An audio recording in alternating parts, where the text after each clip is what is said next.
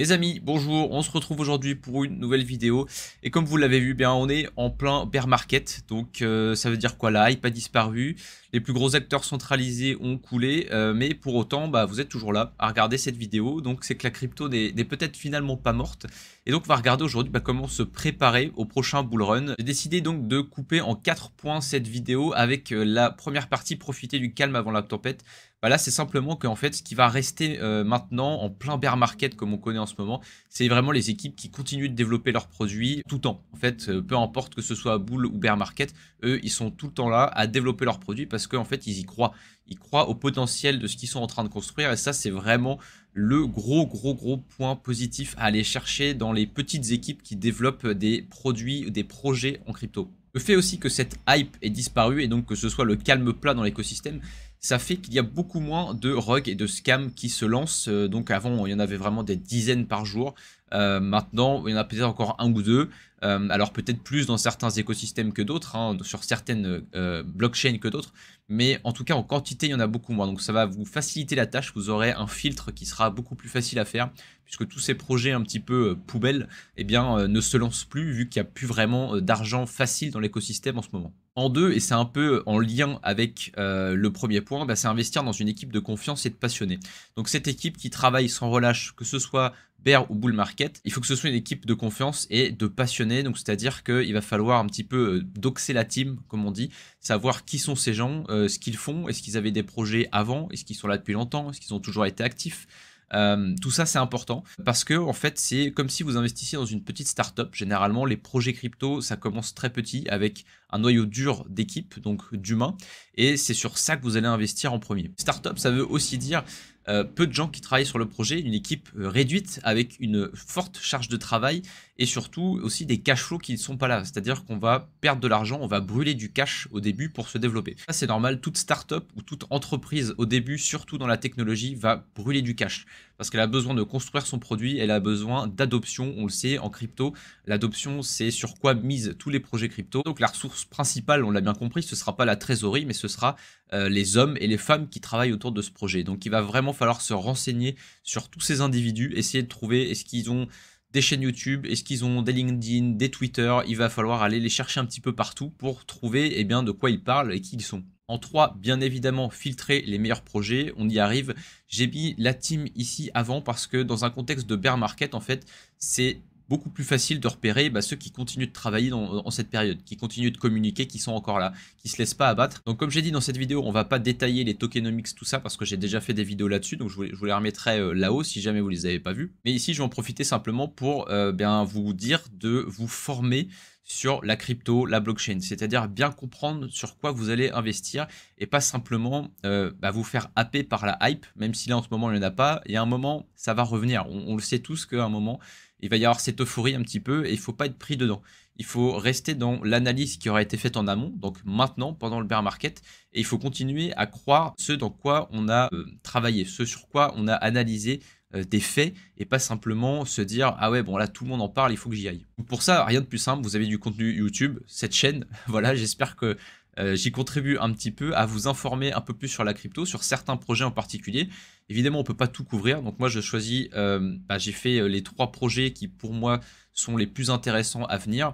Vous les avez également sur la chaîne, donc je vous laisse aller les voir si vous voulez en savoir plus. Et au-delà du contenu YouTube, évidemment, allez lire les white papers, allez aussi sur les Discord, les Telegram, soyez actifs dans les communautés parce que vous pouvez poser toutes vos questions à des acteurs de la communauté, donc que ce soit des gens simplement passionnés également par le projet, ou bien même carrément des membres de l'équipe. Et parfois même les fondateurs de projets vous répondent directement. Ça m'est déjà arrivé sur Twitter 2-3 fois que carrément, voilà, sur des projets qui sont quand même assez gros, on vienne me répondre directement et que ce soit le fondateur lui-même qui me réponde. Donc c'est plutôt sympa et au moins vous êtes tout de suite à la source vraiment de ceux qui sont en train de créer le projet. Ensuite, bien sûr, et pour finir en 4, planifier et cibler son investissement. Parler de la stratégie d'investissement. Donc vous avez les deux extrêmes, c'est-à-dire on a la plus conservatrice qui va être de faire du DCA sur BTC et ETH, qui peut être très bien. Et vous avez le all-in, c'est-à-dire je mets tout sur un altcoin et je prie pour être riche dans 6 mois. Évidemment, il y a un entre-deux. Donc nous, on va se concentrer plutôt sur la partie altcoin, puisque il y a plein de chaînes déjà qui traitent des analyses de BTC, de TH, tout ça. Nous ici, on va être plutôt sur la partie altcoin. Donc moi, je vous conseille personnellement de vous concentrer sur quelques projets. Donc comme dit Warren Buffett, il faut imaginer l'investissement avec un ticket, avec seulement 10 investissements à faire dans votre vie. Et à chaque fois que vous faites un investissement, eh bien, on vous met un coup de tampon sur le ticket et donc vous en avez un de moins. Et bien là, c'est un petit peu pareil. Il faut vous dire que vous n'avez pas la possibilité de faire 20 investissements. Vous pouvez en faire que 5, 10 dans toute votre vie. Et donc, il va falloir privilégier la qualité plutôt que la quantité. Donc, n'hésitez pas à passer du temps, beaucoup de temps, même si vous avez l'impression de perdre votre temps parce qu'à la fin, vous mettez le projet à la poubelle en vous disant « Bon, je me suis trompé, en fait, il y a plein de red flags, c'est nul ». Vous n'avez pas perdu votre temps, vous êtes évité potentiellement une perte, même peut-être importante financière pour vous. Je dirais déjà, si vous trouvez entre 3 et 5 bons projets où vous pensez que vraiment il y a un gros potentiel, eh bien c'est bien mieux que d'en avoir 15 ou 20 parce que déjà il va falloir les suivre aussi. Alors pas quotidiennement, hein, on n'a pas non plus que ça à faire, mais si vous n'en avez que 3 ou 5, ça va être facile entre guillemets d'aller un petit peu sur le Discord, le Telegram, voir ce qui se passe, ce qui se raconte, le Twitter. C'est plus facile à couvrir que si vous avez 15 ou 20 projets à garder sur le long terme. Hein. Ça peut être 6 mois, 1 an, 2 ans, 3 ans, on ne sait pas quand sera le prochain bull run. Mais si ça prend du temps, ça va être assez épuisant pour vous de devoir vous tenir informé sur autant de projets. Il y a aussi le facteur que le prochain bull run, ce sera probablement pas le même qu'on a connu la dernière fois ou celui encore avant. Donc ici, à chaque bull run, en fait, on a de plus en plus de gens qui, comme vous, en regardant cette vidéo, veulent se former, en apprendre plus et du coup vont être aussi mieux préparés pour le prochain bull run. Ils vont peut-être pas répéter les mêmes erreurs qu'avant, c'est-à-dire tout ce qui est FOMO, hein, voilà, un petit peu la peur de rater le x1000 sur un shitcoin. Peut-être qu'à un moment ça va se calmer. Alors la nature humaine veut qu'on répète un peu les mêmes erreurs, mais moi je pense que là c'est l'occasion avec ce bear market de vraiment se préparer, s'armer et être meilleur que les autres pour avoir une bonne performance et surtout pour parier sur les bons projets. Et enfin, 2 mots pour finir. Le premier, conviction. Ayez votre propre avis.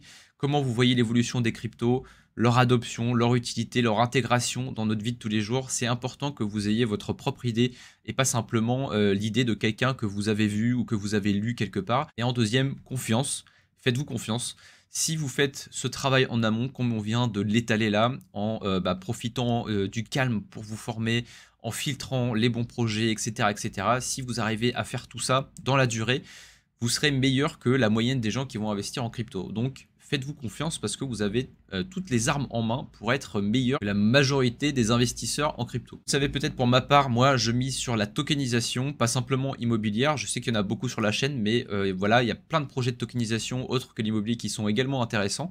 Et puis sur le Web3, j'ai déjà couvert 2 projets crypto qui parlent principalement de Web3, donc vous pouvez aller voir aussi ces vidéos, je vous les mettrai également en étiquette là-haut. Et ce sont pour moi les 2 axes qui seront importants, en tout cas qui auront de l'importance sur le prochain bull market. Merci d'avoir suivi cette vidéo, j'espère que ça vous aura été utile. N'hésitez pas à faire un retour en commentaire ou sur le Discord. On se retrouve très bientôt pour une nouvelle vidéo.